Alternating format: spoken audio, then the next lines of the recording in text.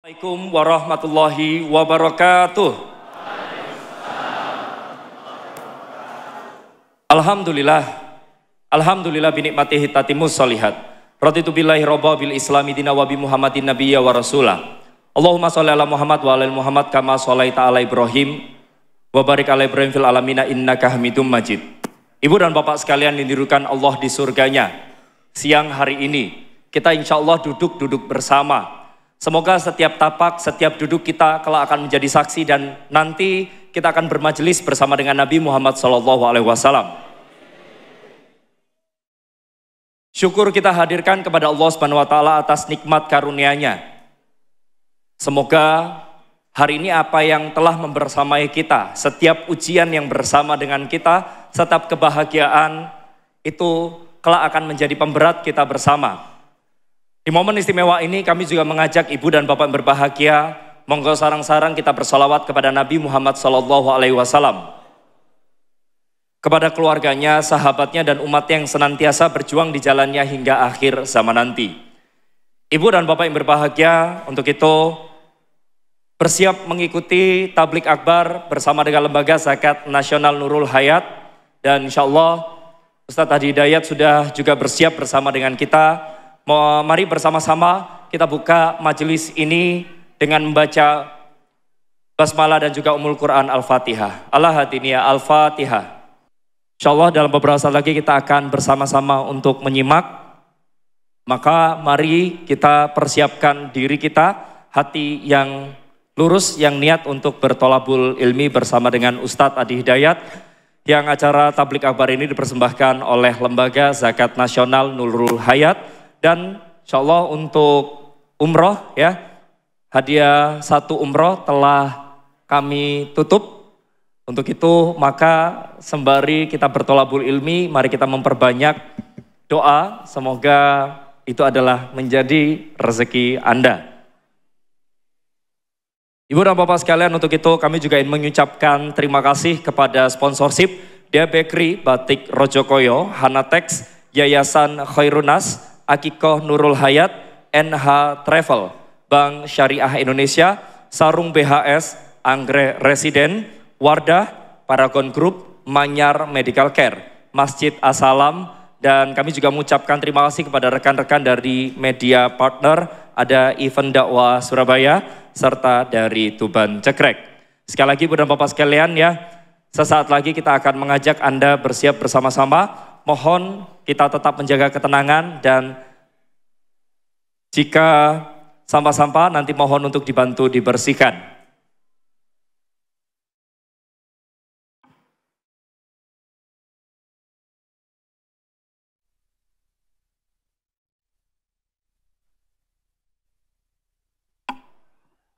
Ustadz Hadi Hidayat sudah bergabung bersama dengan kita, mari kita berikan takbir bersama-sama. Takbir! Takbir! Takbir.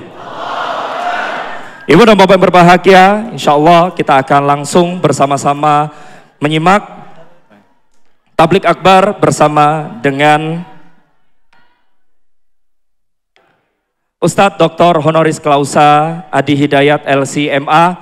Ibu dan bapak berbahagia yang dirindukan Allah surganya, untuk itu kepada Ustadz Hadi Hidayat, tafadhol masykuron Ustadz.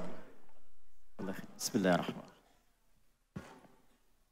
Sebelumnya saya minta maaf, saya duduk sedikit lebih tinggi dari Bapak Ibu untuk sekedar terlihat saja. Bismillahirrahmanirrahim. Assalamualaikum warahmatullahi wabarakatuh.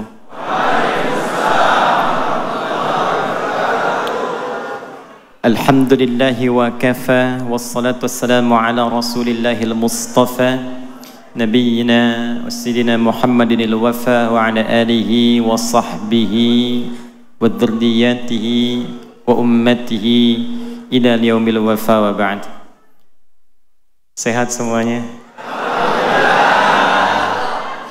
Semoga tanpa kecuali seluruh yang berada di masjid, di areanya, baik di parkiran, dekat jalan, dimanapun, seluruhnya dirahmati dan dicintai oleh Allah Subhanahu wa Ta'ala. Kita hormati, kita muliakan. Ada Kiai Haji Muhammad Shaleh Drihim, ini tokoh kita, semoga beliau dijaga dan dimuliakan Allah Subhanahu wa taala. Ini saya masih pakai jas, pakai dasi karena dari pagi tadi bertahap ada wisuda. Karena kami memberikan ijazah menemani Ustadz Muhammad, jadi dengan terpaksa masih pakai dasi ke masjid ini. Insya Allah tidak mengurangi kehusyuan kita ibadah. Ada juga bersama kita saat ini Ketua Majelis Tabligh Pimpinan Pusat Muhammadiyah. Ini ada Ustadz Fatur Rahman Kamal. Di sini ada Ustadz Solihin Fannani di PWM Jatim juga beserta tim. Kita juga dihadiri di sini ada Ustadz Maulid dari mana orangnya? Belum sampai. Ya, beserta seluruh dari unsur yayasan dan masjid tanpa kecuali semuanya. Sekali lagi, semoga kita semua berada dalam satu hadis Nabi sallallahu alaihi wasallam.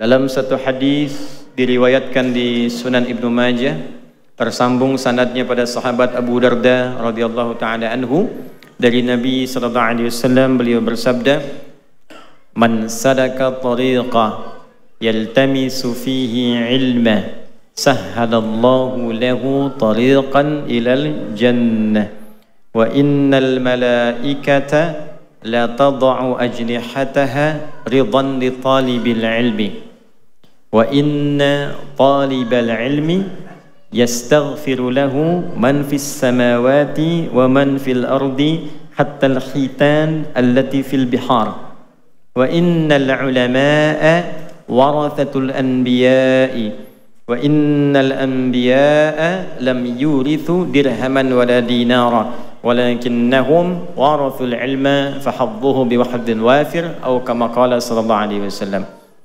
Paham? Tidak.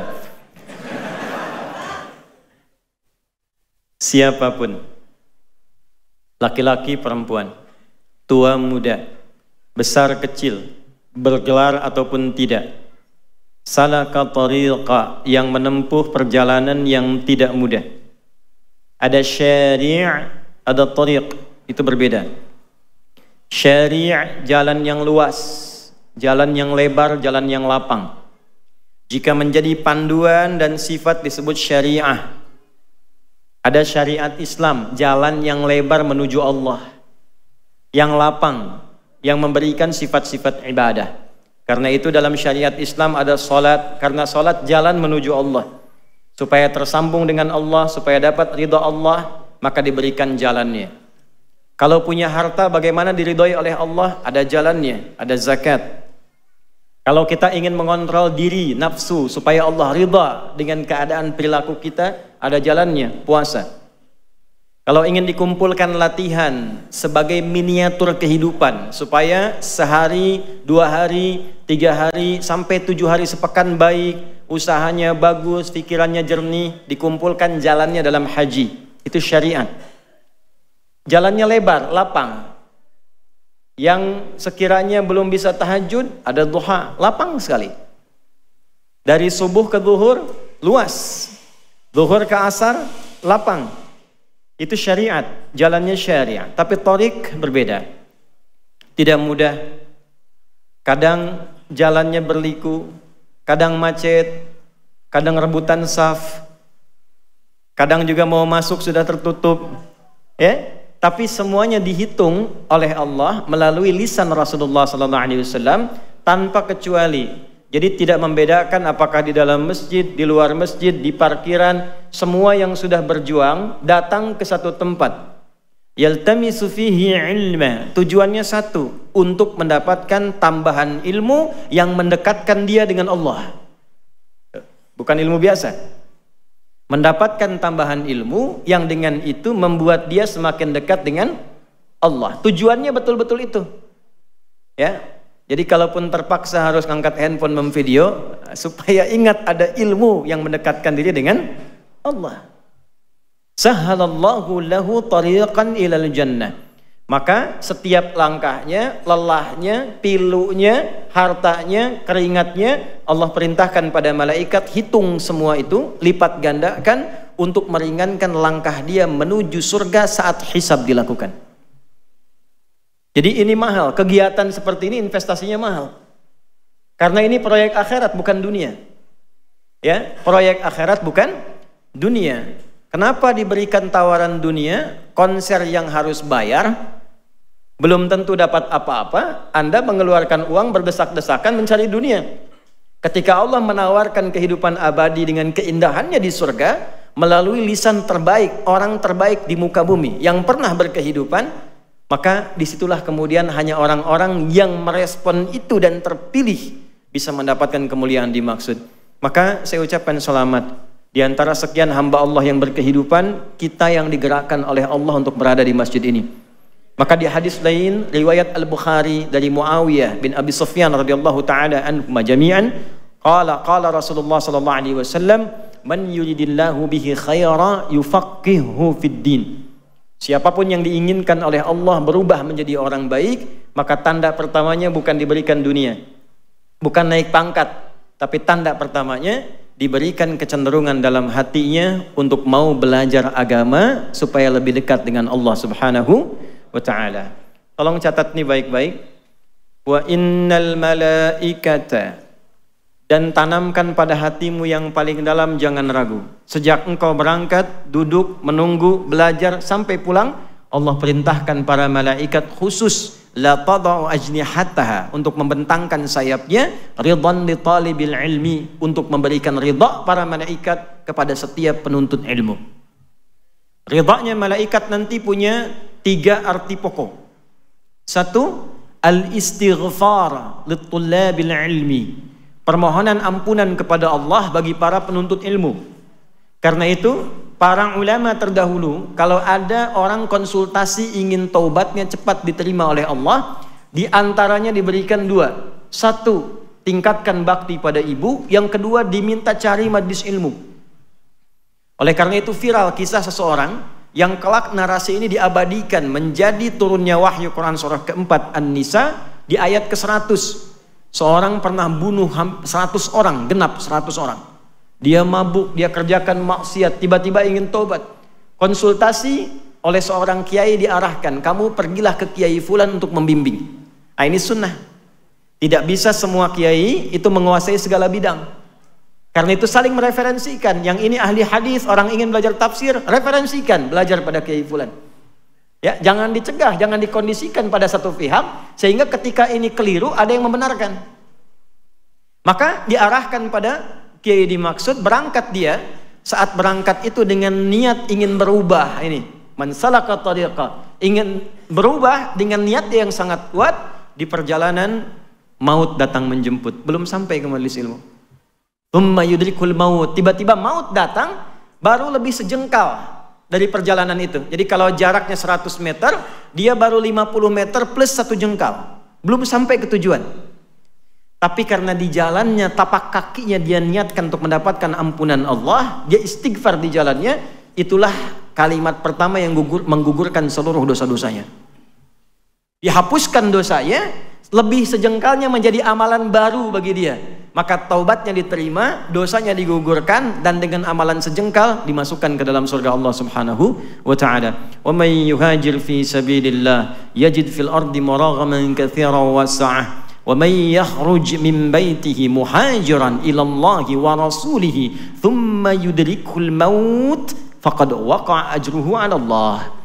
Siapapun yang mau merubah dirinya, datang ke pengajian ingin merubah diri, bukan ingin update status, bukan ingin cari konten supaya nambah subscriber, tapi betul-betul ingin merubah diri supaya lebih dekat dengan Allah. Lalu dia berangkat. Kalau dari dia belajar berpengaruh sampai kembali dia berubah, maka Allah berikan perubahan pada dirinya. Tanda pertamanya, Allah berikan keadaan hati yang lebih tenang dari sebelumnya. Jadi kalau cari pengajian, buat yang merubah kita lebih dekat dengan Allah, hati semakin tenang, lebih enak ibadah. Kalaulah kemudian dia meninggal, dia keluar belum sampai ke tujuan, meninggal di tengah jalan, thumma yudrikul maut faqad waqa'a ajruhu 'ala Allah. Pakai fa, harfu atfin rabitin baina syai'aini bila hudud. Huruf penyambung 2 peristiwa tanpa jeda. Peristiwa pertama berangkat dari rumah mau ngaji, peristiwa kedua datang kematian. Belum sampai meninggal. Digabungkan, saat meninggal itulah aku tuliskan. Kata Allah, aku perintahkan malaikat, tuliskan pahalanya, gugurkan dosanya. Nah, ini yang menjadikan orang tadi bernilai di hadapan Allah. Sekarang saya balik tanya nih, ada yang pernah bunuh orang nggak di sini? Mumpung ada polisi tadi itu di luar tuh. Tidak ada. Ada yang sering mabuk? Tidak ada. Ada yang zina? Tidak ada. Anda bisa bayangkan, orang yang pernah bunuh 100 orang, kriminal hidupnya, datang ke majelis ilmu, di tengah jalan meninggal, diampuni dosa, masuk surga. Anda belum pernah bunuh orang. Tidak larut dalam kemaksiatan. Sudah ditempatkan di tempat ini. Allah yang pilih Anda. Saya nggak kenal Anda pada umumnya. Siapa yang menggerakkan Anda sampai di sini? Kalau Allah sudah berkenan Anda datang di sini dan Anda belum mau berubah, dengan cara apa lagi diarahkan jadi orang baik? Itu hal pertama yang paling penting tanamkan pada diri kita. Syukur ya akhi. Ikhwan, bersyukurlah. Alhamdulillah, siang panas, orang waktunya tidur, makan, istirahat. Anda kok mau ngaji gitu? Ada yang dari pagi di sini saya dengar. Ada yang dari subuh. Padahal saya masih di Sidoarjo dari subuh. Ya, siapa yang gerakan Anda mau ke sini? Kalau dengan semacam itu Allah sudah gerakan, belum terfikir Anda untuk berubah, maka dengan cara apa lagi difasilitasi? Karena itulah, mari kita mulai kajian kita dengan singkat dan padat. Bagaimana membekali diri supaya lebih bersemangat untuk menjadi pribadi yang lebih baik. Inilah materi yang coba kita uraikan jika ujian itu terjadi. Itu temanya ya? Nah, maka hadapilah. Ya, demikian materi yang bisa disampaikan. Terus dia ujian terjadi kok bikin status. Nggak nyangka ya. Ini terjadi ya, hadapi. Selesai materi. Salah sendiri yang bikin judul dulu. Apa itu ujian? Wa ma adraka ma ujian. Bagaimana menghadapinya? Seperti apa konstruksinya? Biasanya kalau kita paham dari awalnya, mudah mengatasinya. Bapak Ibu sekalian, kita mulai dengan Al-Quran surah kita pakai Quran ya, supaya lebih gampang. Surah kedua Al-Baqarah, di ayat 155 sampai 157. Wa qabla dhalika urid an u'arifa ilaikum jami'an, la akhsha an ansiya fi hadha al-mawdu' wa ma'ana yahdhur alhamdulillah ikhwanuna min Filistin. Di siang hari ini kita diberikan berkah oleh Allah. Sebelum saya lupa, ada para pejuang saudara kita yang langsung datang ke sini dari Palestina. Ya. Ma'ana Sayyid al-Akh al-Fadil Ustaz Naji, Dr. Naji. Nah, ini beliau. Wa nuntikum ba'din insyaallah kalimat. Nanti kita dengar dari beliau. Ini sosok luar biasa. Wa yalihi Dr. Bilal. Ini Dr. Bilal. Ini sudah menikah ya Bu ya, Dr. Bilal ini. Dan insya Allah bisa bahasa Indonesia karena juga kuliah di ITB. Ini yang Dr. Bilal. Kemudian yalihi Dr. Ali, Syekh Ali. Assalamualaikum warahmatullahi wabarakatuh. Nah, bisanya itu aja bahasa Indonesianya nanti. يتفضل بعدين إن شاء الله نعطيكم في اللحظات الأخيرة من المحاضرة يعطي الكلمة للإخوان. Nanti kita dengar 5 menit 10 menit terakhir sebelum kita berakhir tausiah dan berdoa dari para pejuang-pejuang ini, barangkali ingin menyapa kita semua apa yang ingin disampaikan. Baik, Bapak Ibu sekalian, kita mulai Quran surah kedua Al-Baqarah di ayat 155 sampai 157. A'udzu billahi minasyaitonir rajim. Bismillahirrahmanirrahim. وَلَنَبْلُوَنَّكُمْ بِشَيْءٍ مِنَ الْخَوْفِ وَالْجُوعِ وَنَقْصٍ مِنَ الْأَمْوَالِ وَالْأَنفُسِ وَالثَّمَرَاتِ وَبَشِّرِ الصَّابِرِينَ الَّذِينَ إِذَا أَصَابَتْهُمْ مُصِيبَةٌ قَالُوا إِنَّا لِلَّهِ وَإِنَّا إِلَيْهِ رَاجِعُونَ Ulaika, teruskan ayatnya. Ulaika alaihim salawatun mir rabbihim wa rahmah wa ulaika humul muhtadun. Walanabluwannakum, ada pakai lamnya taukid ditambah nun taukid tsaqilah di akhirnya. Jadi kalau orang pesantren insyaallah paham. Di cara mengartikannya, Dan tanamkan pada hatimu yang paling dalam. Siapapun yang menjalani hidup di dunia ini pasti akan diuji. Saya ulang ya. Tanamkan pada hatimu yang paling dalam. Siapapun yang menjalani kehidupan di muka bumi ini pasti akan diuji. Dan kalimat pastinya setelah itu menggunakan dhamirnya nahnu kembali ke Allah. Jangan diartikan jama', bukan, karena Allah itu tunggal, ahad, lam yalid walam yulad.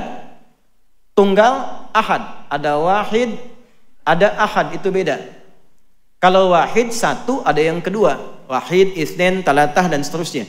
Kalau mau bentuk wahid jadi satu-satunya, sifatkan dengan sifat sebelumnya. Misal, Tuhan satu-satunya, sebutkan Tuhannya, tambahkan wahid.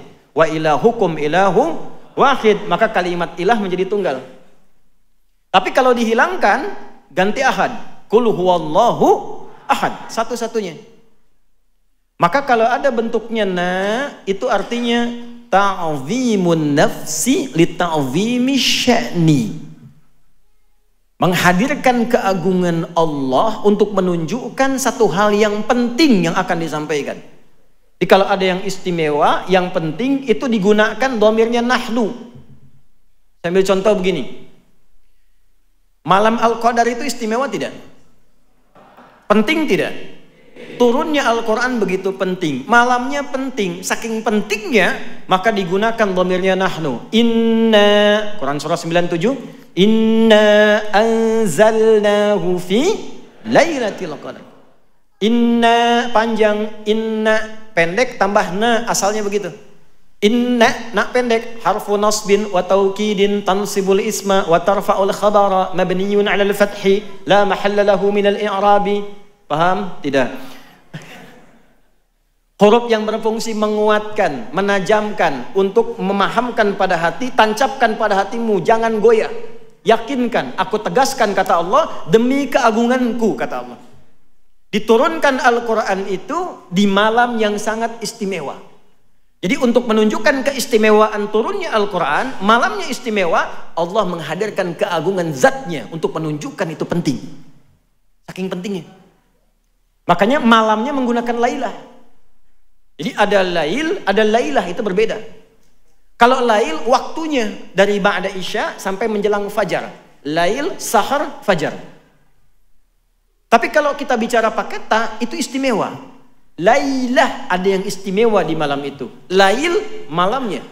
Jamaknya layali, lala, lili, lela, layali, malam. Ibu leli, ibu malam-malam. Balik. Walanabluwannakum, dan demi keagungan zatku, kata Allah. Aku informasikan, jangan sampai ragu. Setiap kalian yang hidup menjalani kehidupan di bumi ini pasti akan diuji. Nah, jadi persamaan pertama ini tolong dibayangkan saja ya. Biasanya suka saya tulis, tapi karena kita agak padat jadi dibayangkan. Yang hidup pasti diuji. Pengertian terbaliknya begini, pengertian terbaliknya. Fokus baik-baik. Semua orang yang hidup pasti menghadapi ujian. Pengertian terbaliknya, yang tidak diuji, yang tidak ingin hidup. Hanya orang yang sudah meninggal yang tidak diuji. Tuh. Kalau masih hidup, pasti diuji. Jadi sepanjang kita merasa hidup, pasti ada ujian. Hanya dengan meninggal, ujian selesai. Saya tanya, siapa yang tidak ingin diuji? Ayo angkat tangan. Kan alhamdulillah, selesai masalah kita udah. Di sepanjang kita hidup, itu pasti ada ujian. Macam-macam. Minal khauf, ada yang gelisah, khawatir. Tadi kan gelisah, ustadznya benar jadi datang nggak ya? Gitu. Jam berapa kajiannya dimulai, kan? Ya, walju' mulai lapar. Ini ada snacknya nggak ya? Gitu. Wa naqsim minal amwal, harta mulai berkurang. Yang tadinya di atas, tiba-tiba Allah arahkan supaya ada penyesuaian. Ada yang kena PHK, ada yang pindah kerja. Wal anfus, yang sakit, ada yang meninggal. Wat thamarat, Itu koreksi sedikit di terjemahan diartikan buah-buahan. Saya agak kurang sepakat, karena kalau cuma buah-buahan, tukang sayur nggak diuji. Ya, itu pakai balaghah bacanya, pakai kiasan. Maksudnya apa? Kalau nanam buah itu kan kita nanam benihnya dulu, dirawat tumbuh, jadi pohon, jadi buah, baru dipetik. Ada yang sudah kerja keras demikian, besok mau panen, malam diambil orang. Anda yang ikut tender, hasilnya diambil orang. Anda yang usaha, hasilnya diambil orang. Itu semua bisa terjadi ya akhi, yang kita hadapi. Wabasyiris sabirin. Nah ini yang hebat, ini yang mau saya katakan, ini solusinya. Muhammad, berikan kabar gembira kepada orang yang sabar saat menjalani ujian itu. Ini jawaban pertama, temanya, jika ujian itu datang, jawab oleh Quran, bersabarlah. Belum selesai ini, pemahamannya begini. Kalau Nabi berikan berita gembira pada kita, kitanya gembira nggak? Saya ulang ya. Kalau Nabi ngasih kabar gembira ke kita, kitanya gembira nggak? Yakin? Baik. Kalau gembira, berarti nggak boleh ada keluhan. Nggak ada orang dikasih kabar gembira mengeluh. Bapak naik pangkat, ya kok kenapa mesti saya? Bapak dapat uang 1 miliar, aduh kenapa harus sekarang?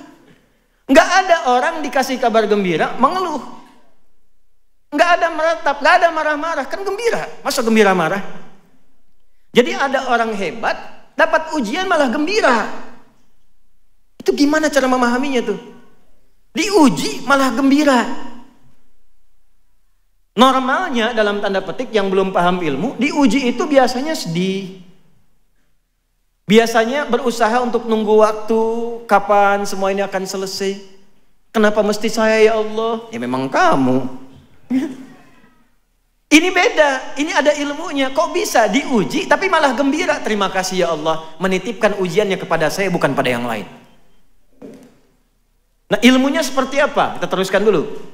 Alladzina idza asabathum musibah qalu inna lillahi wa inna ilaihi raji'un. Perhatikan, ketika menyampaikan konsep ujian pakai kum, tuh penting sampai diingatkan, wung ya, hati-hati nih, perhatikan. Kalau di luar sudah pakai serino belum fokus juga dengan cara apa lagi tuh? Bagus. Ketika objeknya kemudian dihadirkan, siapa orang-orang yang bisa sabar itu? Lihat, walanabluwannakum, kum. Kita semua dikhitab nih, nggak ada satupun.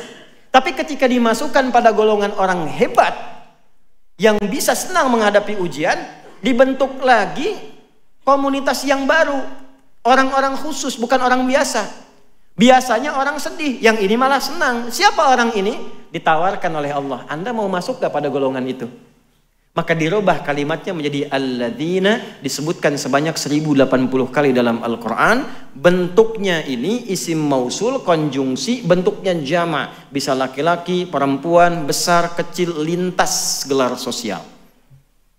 Jadi kita diajak oleh Allah. Ya, jadi nggak terbatas pada kiai saja. Kiai nggak tahu ilmunya sedih juga. Bukan terbatas pada ustadz saja, tidak. Kita semua ditawarkan, mau nggak punya gaya hidup yang menghadapi apapun senang. Di sini senang, di sana, di mana-mana. Bukan hatinya aja, pikirannya senang, fisiknya senang, gitu. Semua nyaman. Maka apa yang kemudian kita lakukan? Orang-orang hebat ini terbuka tawarannya ialah orang yang idza asabathum. Idza ketemu fi'il madhi maknanya mudhari'. Idz ketemu mudhari maknanya madhi. Idza ketemu past tense maknanya present. Continuous future. Ya. Idza asabathum, apabila mereka menghadapi ujian yang sedang ada di hadapannya. Diuji, qalu, mereka meyakinkan pada hatinya, berkata. Jadi boleh katakan pada hati kita. Keluarkan kalimatnya. Kita punya ayatnya, katakan pada hati kita. Pertama, nanti saya detilkan. Inna lillahi wa inna ilaihi raji'un. Perhatikan ya. Idza hum musibah. Tadi satu sudah saya urai, kalau hidup pasti diuji, maka bersabarlah. Yang kedua, ujian itu ternyata semua yang kita alami itu sifatnya ujian. Jadi Anda jangan batasi yang kita alami jadi ujian itu yang kita pandang jelek saja. Tidak. Tidak. Semua ini ujian. Ini saya ketemu Anda, ini ujian saya nih. Ini semua yang kita alami ujian. Musibah itu dari kata asaba yusibu, yang kita alami, yang menimpa kita. Setiap yang kita alami itu musibah, bentuknya dua. Ada musibah suka, caranya syukur. Ada musibah duka, caranya sabar. Contoh musibah syukur di Quran di surat apa? 27. Surat apa itu? An-Naml. Ayat berapa? Ayat 40. Di lisan siapa? Nabi Sulaiman. Liyabluwani aashkur am akfur. Jadi begitu ditampakkan istana Bilqis di hadapannya, ya, oleh satu orang yang diberikan ilmu oleh Allah kepadanya, muncul Nabi Sulaiman itu ingat, saya punya kemampuan dengan izin Allah menaklukkan awan, kemampuan bicara dengan hewan, kemampuan mengendalikan jin dan sebagainya. Lalu ditampakkan pembuktiannya. Apa kalimat pertamanya? Ini ujian bagi saya, apakah semua nikmat yang menyenangkan ini saya syukuri atau tidak? Jadi jangan Anda kira, maaf, ujian itu pada sesuatu yang duka saja. Ada yang meninggal, ujian. Sakit, ujian. Sehat pun diuji. Ya akhi, yang meninggal, maut datang padanya. Yang hidup, kehidupan hayat masih ada. Nurul hayat. Maut dan hayat itu ujian buat kita. Kalimatnya nabluwakum. Quran surat berapa? 67. Ayat berapa? Ayat kedua. Huwaladzi khalaqal mauta wal hayat liyabluwakum ayyukum ahsanu amala. Ini semuanya ujian. Naik jabatan ujian. Makanya orang dulu Pak Sobi, itu kalau jadi rektor, jadi pejabat, jadi apapun, itu kalimat pertamanya, Umar bin Abdul Aziz dilantik, kalimat pertamanya, inna lillahi wa inna ilaihi. Ada yang kuliah di sini mahasiswa? Kalau dapat IPK 4, apa kalimat yang diucapkan? Itu benar, alhamdulillah. Ya, tapi setelah itu jadi ujian. Ujiannya ujian amalan. Makanya dapat ijazah. Ajaza yujizu ijazatan. Diberikan izin kebolehan mengamalkan ilmunya. Jadi ijazah itu bukan koleksian sertifikat disimpan, bukan. Karena dicek, ada talaki depan gurunya, dicek, betul, bagus, silahkan ngajar, kasih ijazah. Nah ketika mengajar, ujian. Semuanya diuji. Anda kesini pakai kendaraan, mobil, motor, macam-macam, itu ujian. Dihisab nanti tuh. Betul, dihisab itu. Makanya kalau Allah uji dengan benda apapun, pakai ibadah dulu. Dikasih Ferrari, subuhan dulu. Pakai ke masjid. Jadi pas dihisab ringan.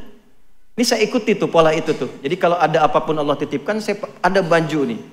Dihadiahkan oleh Allah lewat tangan tertentu. Saya pakai sholat dulu tuh. Pakai sholat dulu. Jadi kalau dihisab enak. Ya di hidayat dari mana engkau dapatkan? Ya Allah, engkau maha tahu dengan segalanya. Si fulan memberikan hadiah dengan izinmu. Kemana engkau gunakan? Ya Allah, dipakai sholat. Gampang. Bajunya dikonfirmasi benar. Ya Allah, saya dipakai sholat di Masjid Nurul Hayat, Masjid As-Salam dan sebagainya. Nah, ini bikin sepekan sebelum acara, dijahit di tempat bagus, dapat baju baru, dipakai kondangan. Salah? Tidak, cuma dihisab. Tidak salah. Pulang dari sini, ibu ya, bu. Ah, ibu pulang dari sini, nanti buka pintu lemari baju, cek satu-satu, mana yang belum pernah dipakai ibadah. Antum sama itu. Ya, sendal, motor, mobil itu ditanya. Nah, itu ujian. Ya, jika ujian itu terjadi, nah, kan, maka bermuhasabahlah. Satukan sabar, kedua muhasabah. Jadi jangan pahami dan batasi, persempit ujian itu pada aspek duka saja. Begitu meninggal, innalillahi. Hidup pun innalillah. Karena kalimatnya hidup kita itu diuji oleh Allah, meninggal pun kita kembali kepada siapa? Nah ini konsep yang kedua dulu. Sampai sini dulu. Kalau sudah paham ini, maka semua netral. Ajaban li amril mu'min. Ujian tuh. Sungguh mengagumkan perkara orang beriman itu. Apabila ditimpa sukacita syakara, dia bersyukur caranya. Apabila ditimpa duka cita sabara, dia bersabar. Jadi bagi orang beriman semua netral. Ada uang, alhamdulillah. Belum ada uang, ujian, sama. Makan gak makan asal syukur. Kumpul aja. Syukur kita, syukur alhamdulillah, alhamdulillah. Itu ya akhi, kalimat itu mahal sekali, nggak bisa dibeli itu. Kalimat syukur itu nggak bisa dibeli. Itu hanya bisa dilatih dengan kemuliaan-kemuliaan. Nah sekarang, mari kita pelajari teknisnya bagaimana melahirkan sikap seperti itu. Bagaimana supaya saat mendapat ujian, kita punya satu kemampuan yang dibimbing oleh Al-Quran, supaya bisa menerima itu dengan kebahagiaan. Nah sekarang kita mulai dari ujian sabar dulu, karena biasanya ini yang paling tidak mudah dilalui. Pekerjaan tadinya lancar tiba-tiba hilang, ya kan? Sakit, cicilan belum lunas, dikejar pinjol, dan turunan-turunan lainnya. Yuk kita pindah teknisnya. Bagaimana teknisnya sabar, bagaimana teknisnya kita mengarahkan ini kembali kepada Allah. Satu, Quran surah kedua, ini kita detilkan. Di ayat 286. La yukallifullahu nafsan illa usaha. Baik, tahan dulu. Ini saya mumpung ingat saya ijazahkan ya. Ada 2 surah di dalam Al-Quran yang kalau kita rutin menjadikannya zikir, doa kita cepat dijawab oleh Allah. Ya. Satu surah Al-Fatihah, yang kedua 3 ayat terakhir di surah Al-Baqarah. Lillahi ma fis samawati wa ma fil ardh, sampai la yukallifullahu nafsan illa usaha. Nah, ini 2 surah ini. Al-Fatihah, kemudian 3 ayat terakhir di surah Al-Baqarah. Ini hadisnya sahih di Sahih Muslim. Nanti ada surah-surah lain, nanti lain waktu kalau masih panjang waktunya, di kesempatan lain kita khusus membahas misalnya surah keutamaan surah tertentu dalam Al-Quran. Saya kembalikan dulu. La yukallifullahu nafsan illa wus'aha. Tidak mungkin Allah itu menguji seorang hamba di luar batas kemampuannya. Tanamkan itu dulu. Tidak mungkin Allah menguji seorang hamba di luar batas kemampuannya. Kita sederhanakan bahasanya. Tidak mungkin Allah menguji kalau Anda tidak mampu. Jadi kita hidup pasti diuji. Nah, ujian yang Allah berikan kepada kita itu diberikan ketika kita dipandang mampu. Kalau nggak mampu nggak akan diuji. Jadi kalau Anda sekarang punya masalah, ibu seberat apapun, itu artinya ibu dinilai mampu, Adi Hidayat tidak mampu. Karena itu ujian yang Anda alami tidak diberikan kepada saya, kepada Anda, karena Anda dinilai mampu. Kalau nggak mampu nggak akan dikasih. Itu harus yakin. Makanya kita baca Quran pertama pakai iman. Kalau nggak pakai iman susah. Quran tuh perlu pakai iman. Dibuka dengan kalimat iman untuk menguatkan iman. Jadi yakinkan dulu pada diri kita. Setelah yakin tanamkan motivasi diri kita. Tidak mungkin saya diuji kalau saya nggak mampu. Itu. Bikin status kalau dalam bahasa kita. Pasti bisa, pasti bisa, pasti bisa. Allah pilih saya karena saya mampu. Nggak mungkin diuji kalau nggak mampu. Tanamkan dulu itu. Nah ini bagian pertamanya. Dan kalau Allah percaya, Anda nggak boleh ragu. Yang nitipkan Allah bukan saya, bukan yang lain. Ini bagian satu. Ya, jadi apapun yang kita alami dalam hidup, kalau sudah ditakdirkan kita menjalani itu, artinya kita mampu menyelesaikannya. 1. 2, pindah sebentar. Suka berdoa nggak? Suka. Kan biasanya pengen sukses ya, pengen lancar ya, pengen baik ya. Apa tandanya doa Anda akan dijawab? 1 juta. Benar, 1 juta tuh. Tolong catat tuh. Ya. Kalau Anda sabar 2 detik aja jadi 5 juta tuh. Cuman tercatatnya kan 1 juta. Mas yang ini mas ya. Apa tandanya bahwa doa Anda akan dijawab? Diberi ujian. Itu tandanya. Nih saya kasih tahu sebentar. Ini saya baru ikut wisuda tadi nih. Ya. Ini rektornya nih Pak Sobi nih, ketua SDIK-nya. Bagaimana tandanya seseorang itu bisa diwisuda? SD pengen naik ke SMP, SMP pengen ke SMA. Bagaimana caranya bisa naik? Diuji dulu. Kalau nggak ikut ujian, dia nggak akan naik kelas. Nggak mungkin tiba-tiba wisuda, tak pernah ujian. Pasti disoal. Kenapa harus diuji? Supaya diketahui kadar kemampuannya sebelum dia naik ke SMP, ilmunya dipandang telah tepat, mampu menjalani semua kegiatan di SMP. Bisa ngelola nggak?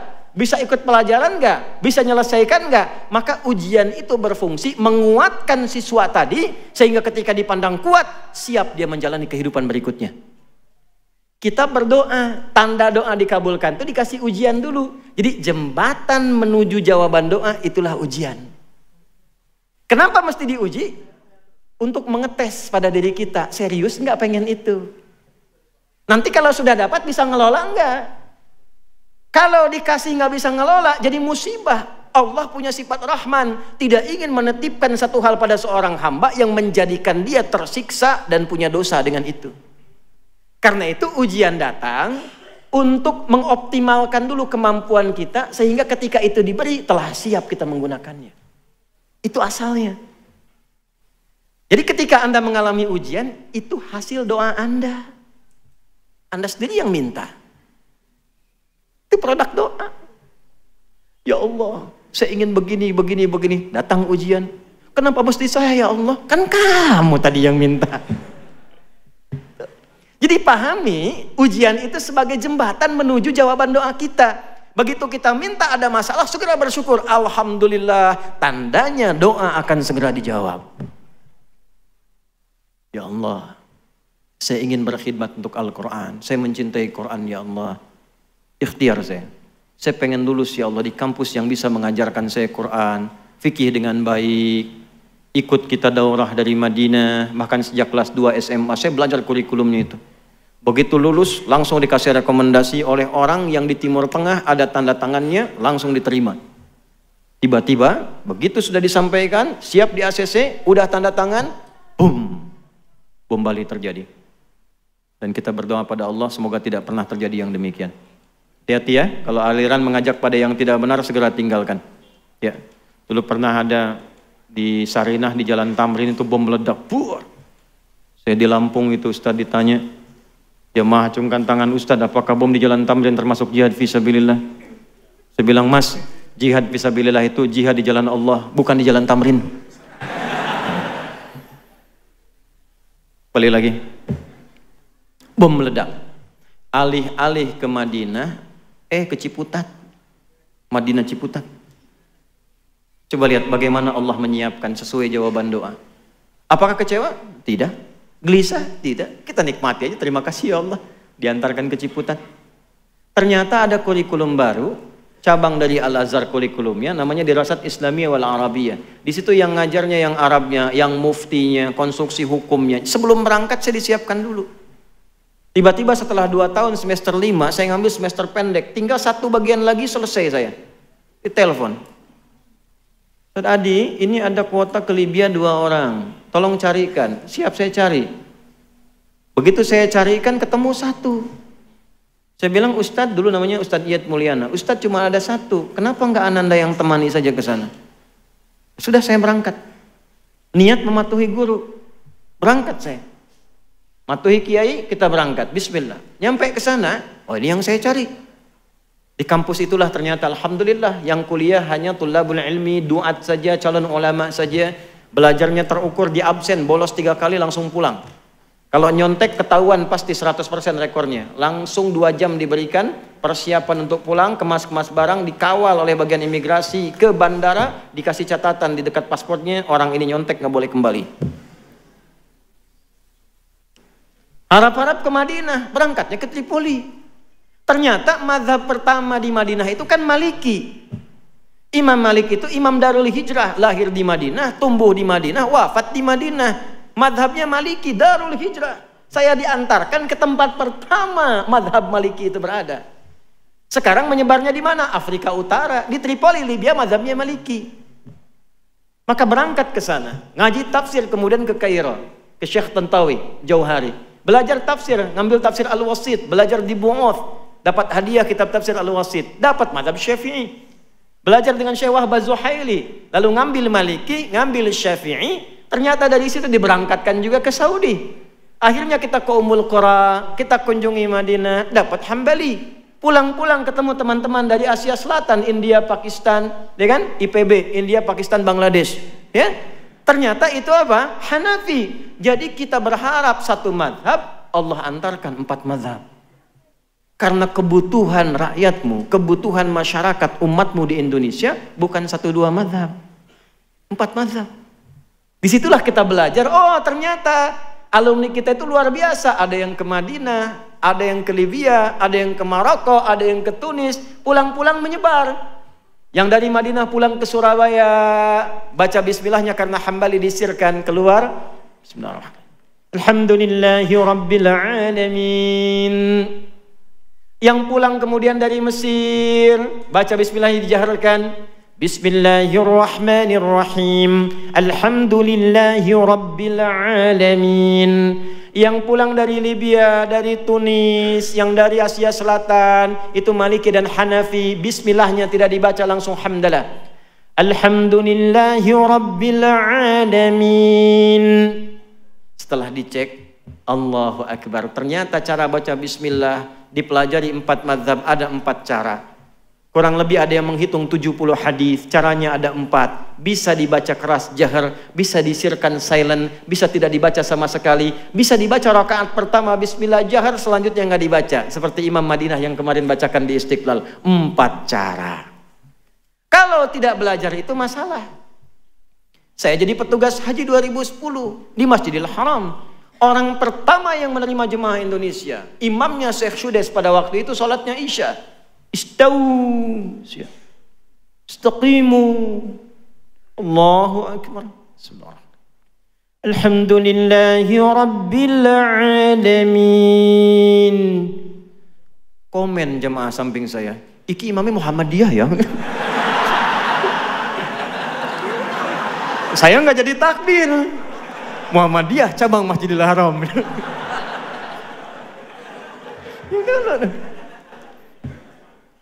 Nah itu jadi penting. Ketika ilmu itu ada, punya keyakinan, kenapa saya diberangkatkan itu? Oh saya baru paham, ini maksudnya. Jadi jangan sampai terjadi perpecahan karena masalah-masalah kecil. Ini kunut, Allahumma hdina fiman hadait, NU nih. Enggak kunut, Muhammadiyah nih.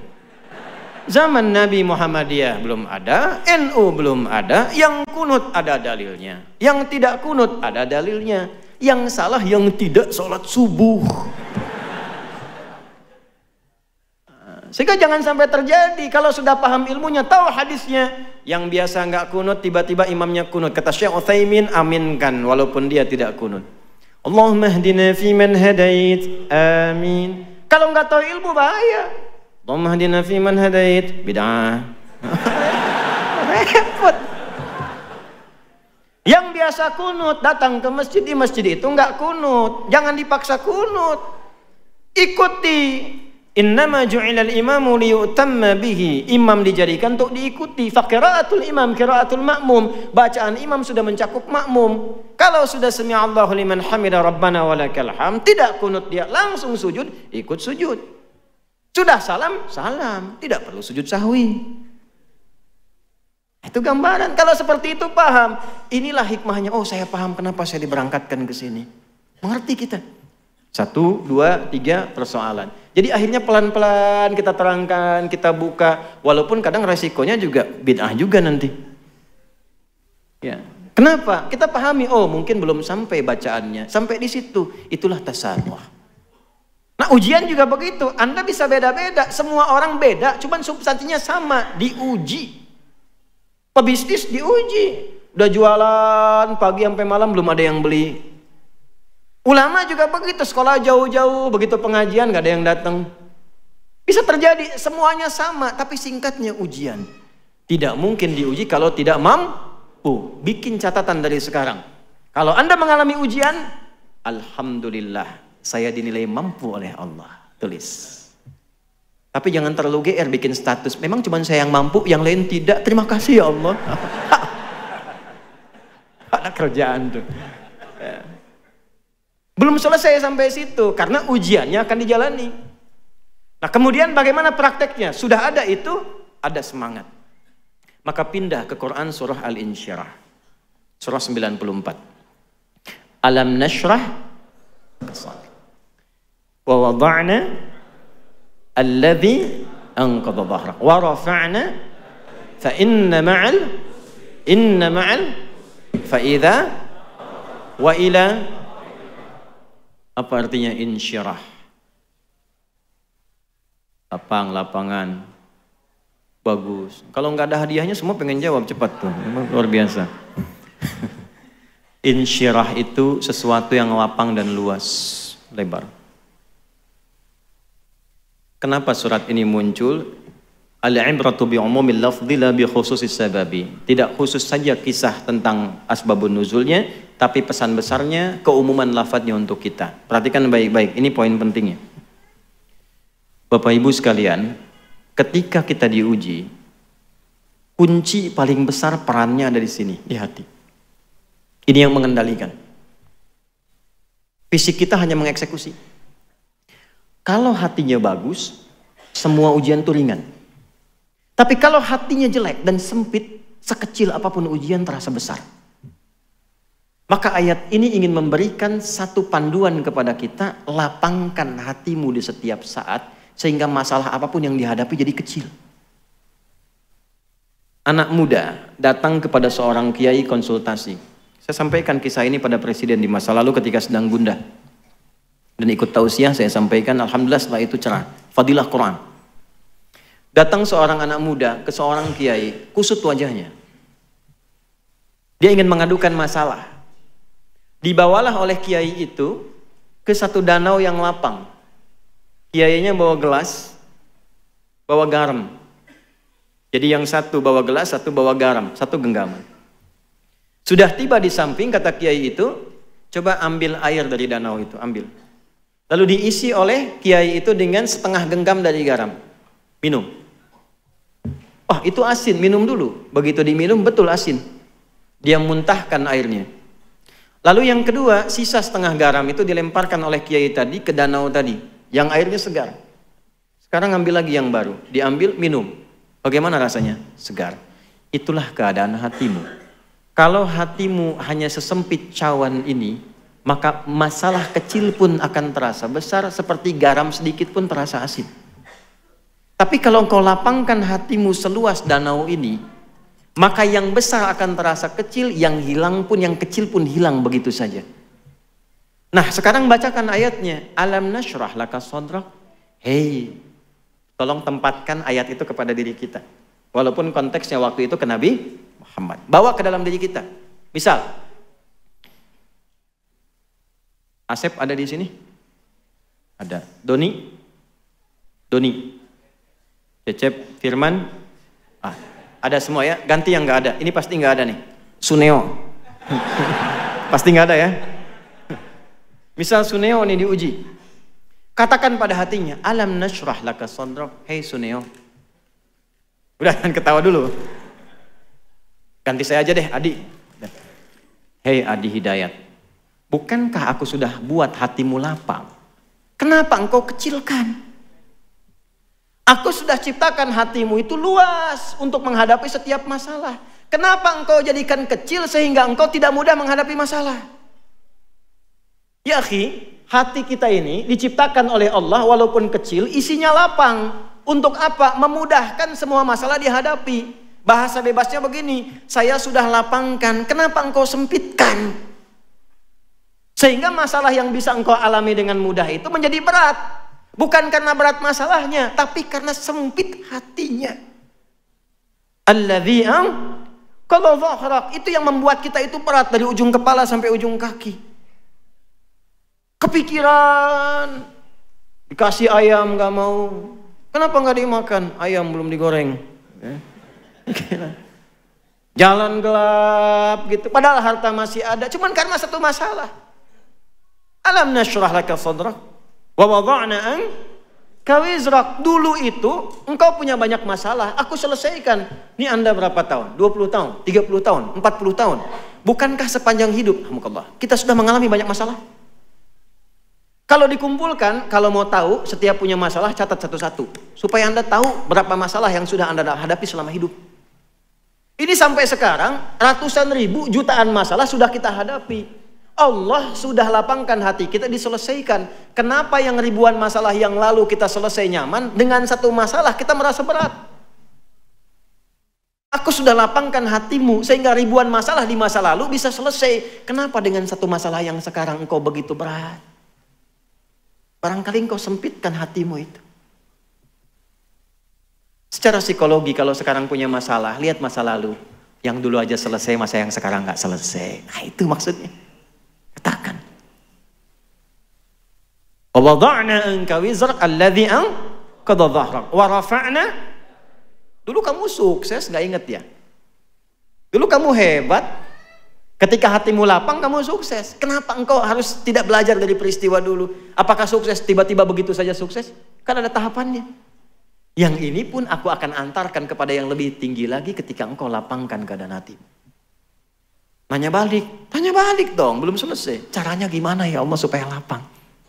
Inna ma'al usri, fa inna ma'al usri. Nah, rumus nahunya pakai inna, yakinkan pada hatimu yang paling dalam. Katakan. Di balik segala kesulitan pasti ada Loh, lihat sini. Saya bahas dua bagian. Ini masih ada waktu nggak? Alhamdulillah. Tenang. Insya Allah. Sampai jam berapa? Sepakat ya? Oke, siap. Saya jam 2 kurang seperempat mau ke bandara. Anda sampai Isya. Yang belah sini nih Pak, tadi mau sampai Isya. Nih lihat sini. Perhatikan ayatnya. Inna ma'al usri. Nah, usri itu apa? Bukan sekedar sulit. Sulit itu ada dua kata di bahasa Arab. Ada sa'bun, ada usrun. Sa'bun, usrun. Hadza amru sa'b. Sa'bun itu kesulitan yang relatif. Kata si A sulit, yang lain mudah. Tuh. Bahasa Inggris sulit tidak?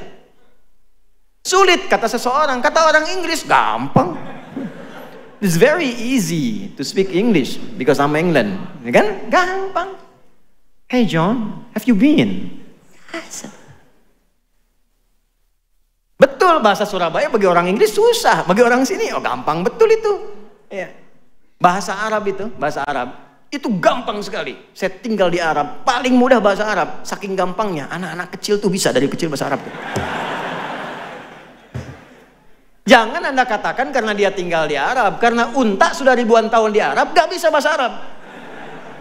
Beo Surabaya, bawa ke Arab, ajarin kaifa haluk dalam sehari. Kaifa haluk. Beo. Halo? Itu so'bun, relatif. Tapi yang usrun, semua menganggap sulit. Siapapun menganggap sulit. Bawa mobil mudah atau sulit? Sulit bawa mobil. Mengendarai mobil relatif, bawa mobil sulit. Ya, coba praktekin di luar tuh. Bawa mobil. Hamdus sayyarah, amrun thaqil ya akhi. Susah itu, amrun usrun. أما قيادة السيارة هذا ربما صعب وربما سهل أليس كذلك؟ بلى إذا نحن نواصل باللغة العربية إذن بعد ذلك. Demikian. Sebaliknya, perhatikan baik-baik. Mudah itu bahasa Arabnya ada dua. Ada yusrun, ada sahlun. Sahlun itu relatif. Kata si A mudah, yang lain belum tentu. Tapi kalau yusrun itu semua mengatakan mudah.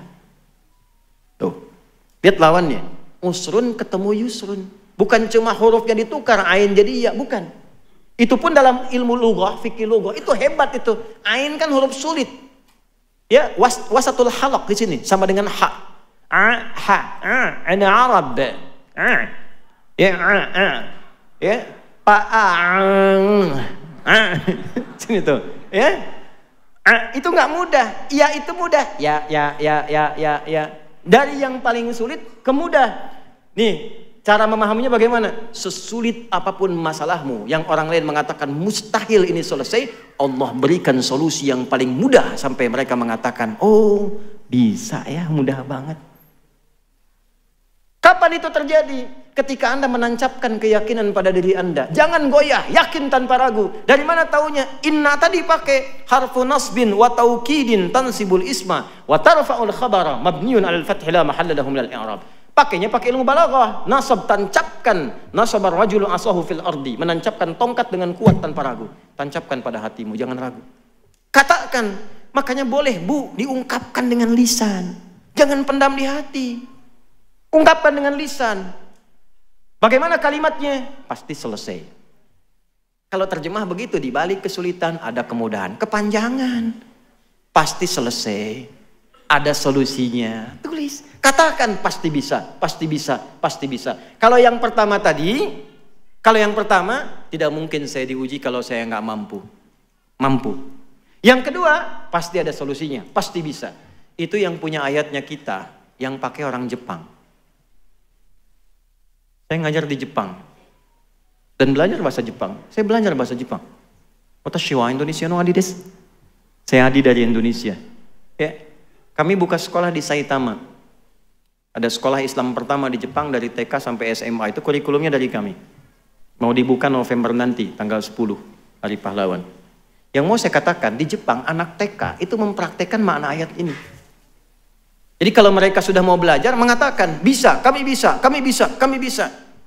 Ini kalau generasi tahun 80-90-an, dulu tahun 95-96, itu ada acara namanya Benteng Takeshi. Ya. Seangkatan dengan Dragon Ball kan? Ya, Susuke Watanabe yang baru meninggal kemarin tuh, ya. Baik. Saya hafal saya itu. Nonton? Enggak. Itu kalau mau menaklukkan Benteng Takeshi, dia kan dimodifikasi tank begitu kan? Terus lewat kan, reporter sampingnya mengatakan, kamu bisa, kamu bisa, kamu bisa. Tuh ayatnya dipakai. Di Korea, anak-anak TK Korea itu sebelum masuk kelas, karena Jepang bilang bisa, mereka mengatakan lebih dari Jepang, lebih dari Jepang, lebih dari Jepang. Itu betul dari sejak TK, lebih dari Jepang, lebih dari Jepang. Makanya Jepang bikin Honda, Korea bikin Hyundai. Betul, Hyundai itu pengucapannya, Hyundai tulisannya. Ya, Korea, Jepang masuk Piala Dunia, Korea juga nyusul. Itu produk kayak Sinteyong dan sebagainya itu, yang kemarin kalah 2-1 lawan Cina. Sebentar lagi kita ketemu Jepang itu, hafal saya hafal. 1-1 dengan Australia, 1-1 dengan Saudi, 2 sama dan 96+3. Ya waktu di Bahrain, hafal saya itu. Ya. Karena line up-nya kurang bagus waktu di Cina, mungkin persiapan Jepang yang turun pertama ya tidak seperti yang sebelumnya, maka kalah 2-1. Saya hafal, nonton? Enggak. Betul, saya nggak nonton saya, cuma saya senang baca. Senang baca, lihat supaya aktual dalam dakwanya. Sir Alex Ferguson baru dipecat, saya tahu. Anda belum tentu tahu tuh. Sir Alex Ferguson tuh duta MU untuk global. Kemarin baru dipecat karena gajinya kemahalan. 33 juta itu pound setahun, kemahalan. Dipecat beliau, kemudian Eric Cantona marah tuh kemarin tuh. Apa saya? Nonton? Enggak. Kenapa ke situ? Balik lagi ya. Nah, katakan pada diri kita itu, saya mampu, saya bisa, ini pasti selesai. Katakan. Supaya termotivasi. Nah, nanti setelah itu jangan sampai di situ aja. Pasti bisa, pasti bisa. Tapi nggak ada ikhtiarnya, ya tetap nggak akan selesai. Fa idza faraghta. Mitigasi masalahnya apa sih sebetulnya? Kenapa ini sulit sekali? Apa masalahnya? Apakah masalah fisikal, intelektual, atau spiritual? Ini kok kerja susah sekali, melamar sudah kemana-mana. Tolak lagi, coba dicek. Mungkin bukan kurang pintar. Mungkin bukan kurang muter, kurang usaha. Mungkin kurang dekat sama Allah. Sehingga nanti paham hikmah. Ini ya, ini saya kasih rahasia di masjid ini. Ini sudah 4 rahasia saya kasih. Ini buat masjid ini saja. Tapi tolong jagain di antara kita ya. rizki itu. Kedengaran? Tidak bisa jawab. Kedengaran? Tidak bisa jawab. Rizki itu hukumnya kalau kita bergerak itu tercatat untuk dikeluarkan.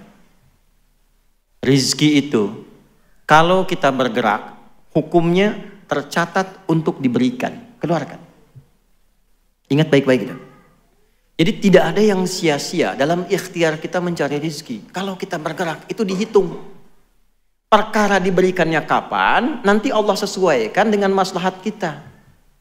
Makanya kenapa sering Anda ikhtiar, nggak dapat-dapat, begitu dapat agak lama jadi banyak. Itu akumulasi dari awal sampai hari itu.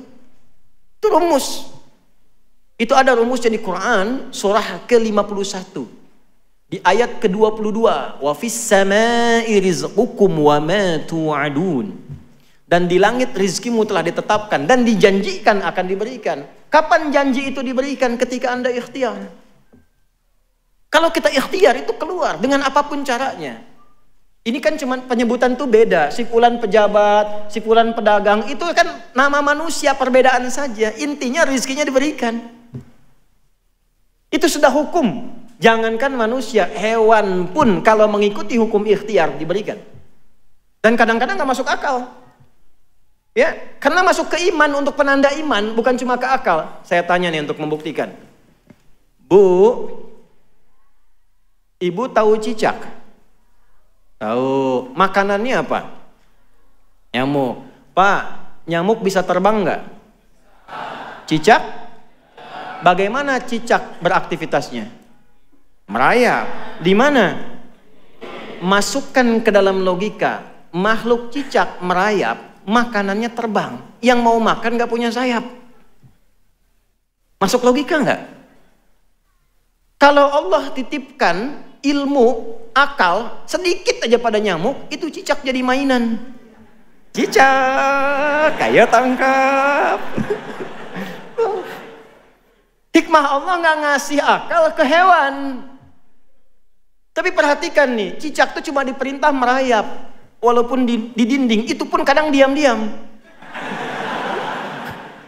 Kita diajarin orang tua kita kan, cicak di diam-diam datang. Perhatikan, bukan cicak mendatangi nyamuk, nyamuk mendatangi cicak. Kapan nyamuk datang ke cicak? Kalau cicaknya merayap. Sekalipun diam-diam, kalau cicaknya nggak mau merayap, dah akan datang nyamuknya. Cicak-cicak di dinding, diam-diam merayap, merayap. Merayap dia walaupun diam-diam. Datang seekor nyamuk, nyamuk didatangkan oleh Allah kepada cicak. Kalau cicaknya mau merayap, sekalipun diam, ya. Datang seekor nyamuk, selanjutnya, ayo silahkan tuh. Itu. Ikhtiar faida, kita punya ayatnya. Malu sama cicak? Malu. Kita punya ayatnya, cicak yang praktekkan.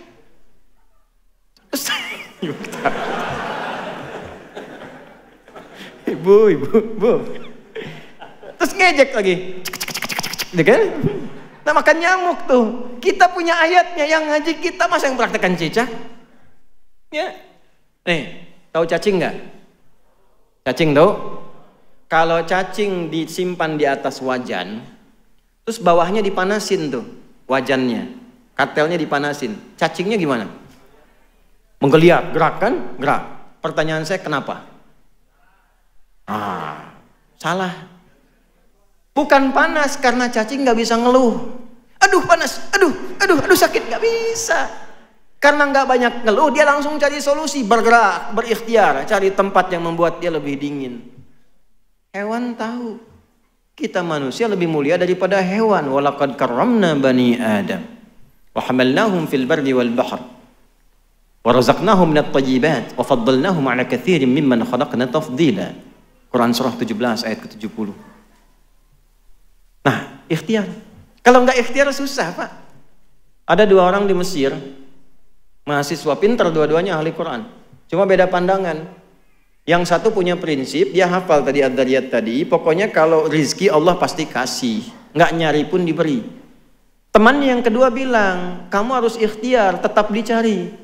Untuk membuktikan itu sepakat yang pertama yang beranggapan rizki akan diberi walaupun tanpa ikhtiar, maka dia berusaha sembunyi di ruang DKM masjid, di bawah meja ada kolong. Datanglah donatur muhsinin. Tuh, Ustadz Maulid tuh, ternyata muhsinin ada sanadnya tuh. Ya. Biasa bagi makanan. Begitu dibagi yang lain dapat, ini nggak dapat karena sembunyi. Kan nggak boleh ikhtiar. Lapar satu hari. Hari kedua dibagi, ini nggak dapat. Begitu hari ketiga, makanan banyak diberikan, sisanya agak banyak, ini sudah nggak bisa tahan lapar. Hal min akhar, kata muhsinin tadi, ada yang lain nggak? Kata DKM-nya karena nggak tahu, la yujad ahad, khalas intah, nggak ada yang lainnya lagi. Ini karena nggak tahan lapar, akhirnya dia kasih kode. Kan? Baik. Maka ketika dengar itu kaget, dibuka ada orang sembunyi sudah kelaparan, dikasihlah kemudian 3 bungkus, jatah hari pertama, kedua, ketiga, bayangkan. Poinnya bukan itu, ketika itu diberikan, datanglah kawan yang kedua itu untuk membuktikan. Kan saya bilang apa dari hari pertama, rizki itu mesti dicari walaupun dengan kode kan? Ini nggak ada teh manis anget misalnya. Enggak, ini contoh aja. Mesti ada. Kalau nggak ada begitu, nggak ikhtiar, nggak akan bisa terjadi. Contoh.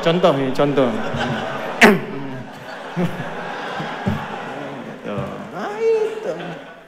Jadi jika musibah terjadi ya biarkan terjadi, ya terjadilah. Kalau nggak datang juga ya musibah. Gitu.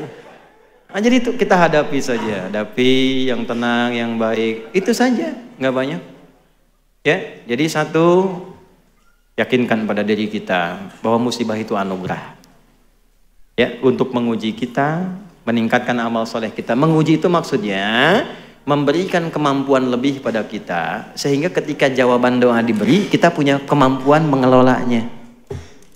Kayak saya tadi mau ke Libya, oleh Allah disekolahkan dulu di Ciputat, 2 tahun dididik, cara memahami hukum begini, semuanya pakai bahasa Arab, cara presentasi begini, sehingga ketika sampai kemudian ke Tripoli, saya bisa menyesuaikan. Saya datang sepekan kemudian ujian, Pak, nggak mudah, sampai tangan saya bengkak yang kiri tuh. Ujiannya begini, soalnya cuma 3, tapi 1 itu bisa 5 lembar. Ada dosen luar biasa, mutasyaddid killer. Setiap mau jawab mesti nulis Asmaul Husna 99 dengan maknanya, dengan hadisnya, dengan tafsirnya, baru jawab soalnya. Itu kalau sudah mata pelajaran akidah itu, ini bengkak ini. Sepekan. Tapi dapat mumtaz saya. Mumtaz ma'asyaraf itu. Fadilahnya apa? Yang tadi disiapkan dulu. Kalaulah tidak disiapkan dulu tadi, nggak mungkin kemudian bisa mendapatkan tambahan bekal pengetahuan. Seperti itu memahaminya. Kalau belum dapat, ya bukan karena belum jodoh, tapi saya disiapkan ke arah yang lebih baik. Ya, kalau lamaran ternyata ditolak, bukan ini yang terbaik untuk saya. Allah siapkan lebih baik daripada yang ini. Saya tunjukkan padamu setelah saya menikah nanti. Nah, gitu. Selalu ada hikmahnya. Ya, tapi ikhtiar yang terbaik. Quran disiapkan. Sekarang kan musim Quran tuh. Ya, kan sekarang lamaran itu banyak menggunakan syarat hafalan Quran tuh. Saya beberapa kali jadi saksi nikah, khatib khutbah nikah, itu beberapa meminta pada calonnya untuk bacakan Quran. Bukan syarat, tapi hanya pelengkap, cuma menjadi satu pelengkap utama untuk bolehnya nikah oleh perempuannya itu. Tapi boleh juga Pak, nanti kalau ada punya anak perempuan yang muda-muda yang belum nikah datang, kasih. Ya, hafalannya berapa juz?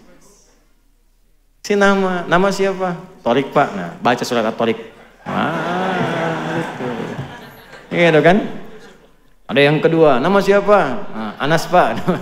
Ya baca surat An-Nas. Ada gitu. Yang keenak yang ketiga tuh, nama siapa? Waduh, nama Yusuf tuh. Ayat panjang. Yusuf Pak, cuma panggilan sehari-hari kulhu.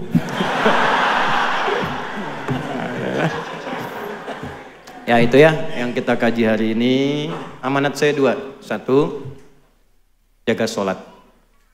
Saya mohon kalau bisa saling mendoakan, upayakan tahajud.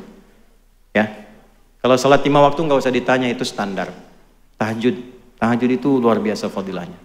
Kalau bisa jangan tinggal, kalau masih mampu menunaikan. tunaikannya. Berusaha walaupun sunnah hukumnya. Yang kedua, Quran. Saya mohon Quran, jadi ahli Quran. Jadi ahli Quran. Sehari baca Quran. Baca ya, baca Quran. Mau tidur baca dulu. Mau berangkat 1 lembar aja, suami istri 1 halaman sebelum tidur sama anak-anak baca. Insya Allah teduh ke hati. Walladzi anzala as-sakinata fi qulubil mu'minin liyazdadu imanan ma'a imanihim. Di rumah tangga pengen sakinah, kuncinya iman, jalurnya Quran. Orang yang rajin mengkaji Quran, baca Quran, insya Allah dijaga oleh Allah kehidupan rumah tangganya dan jasadnya dijaga ketika dia meninggal.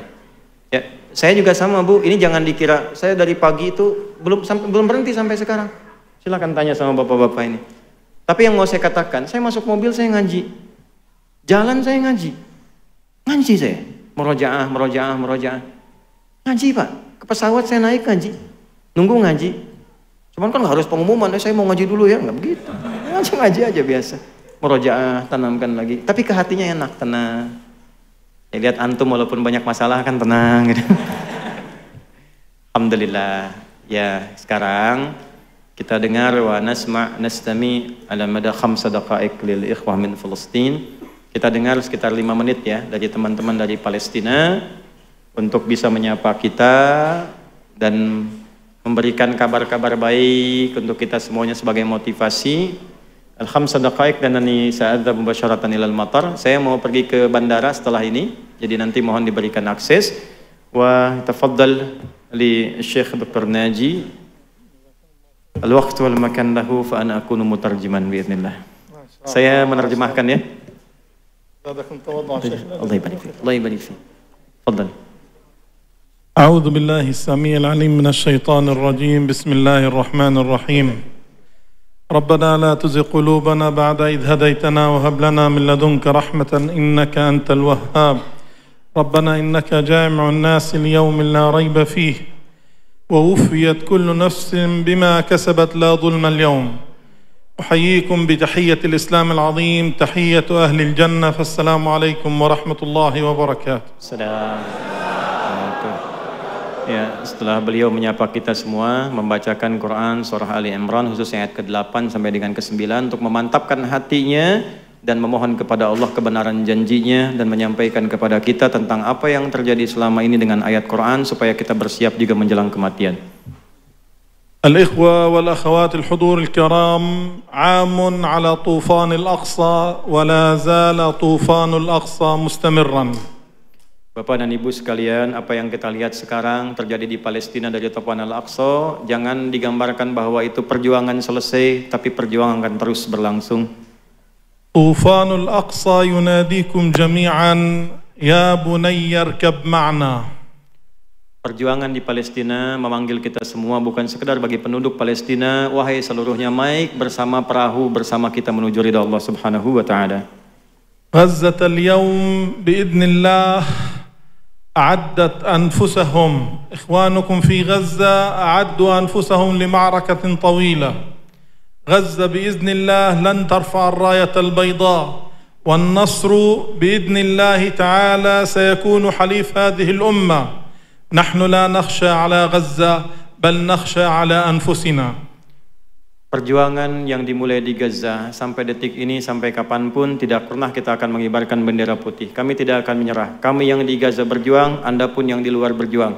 Sungguh kami tidak khawatir dengan keadaan kami di Gaza yang sampai saat ini berjuang. Yang kami khawatirkan Anda saat ini yang tidak berada di Gaza.